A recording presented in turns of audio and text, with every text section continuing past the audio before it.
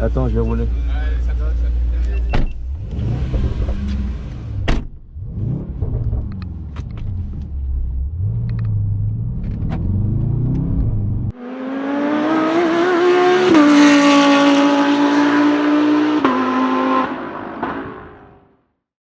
C'est quoi, c'est céramique dessus ou pas? Ouais, c'est ça. Ok. Cool. Tu peux taper dedans, normalement il tient bien les. Assistance et en.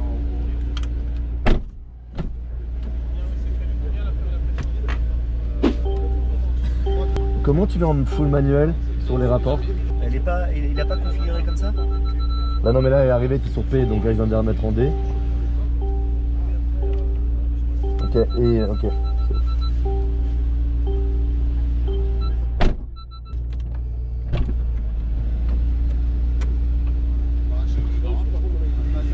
Ça remarche aujourd'hui, il marchait pas hier. Maintenant il marche. Si, il y a eu la bonne technique a priori pour le réparer. Ah ouais? Il avait une grande plaque dans le volant. Non, c'est vrai ou pas? A priori c'est vrai. C'est génial. Qui m'a raconté ça ce matin. C'est génial. Quel panache.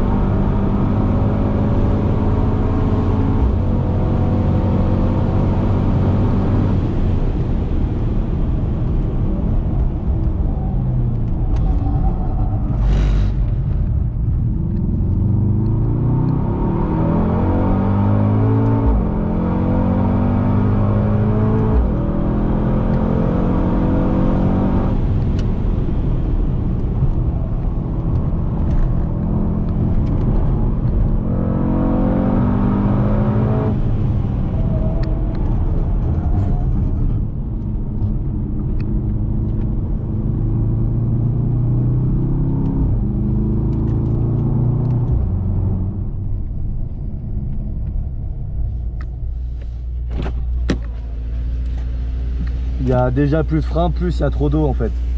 Là-haut c'est mouillé. Ah bon? Ça c'est mouillé. Attends, je vais rouler.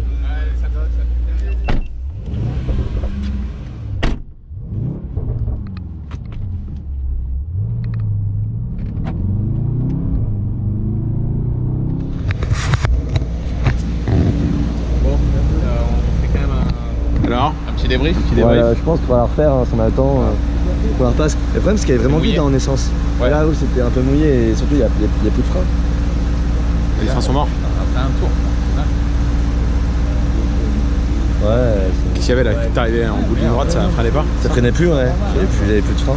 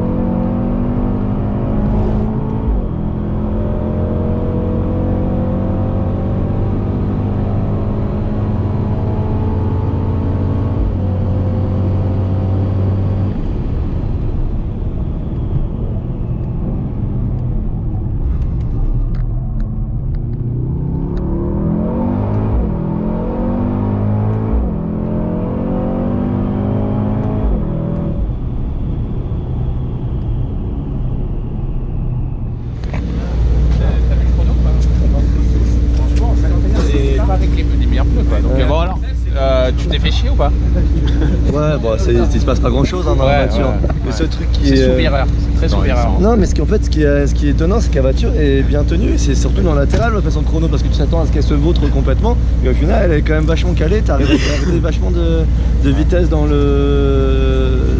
les virages, quoi, sur l'appui. La boîte, c'est un peu l'enfer, non? Non, la boîte, en vrai, ça a été, pardon, oh. Le point noir, c'est les freins. De toute façon, c'est les freins.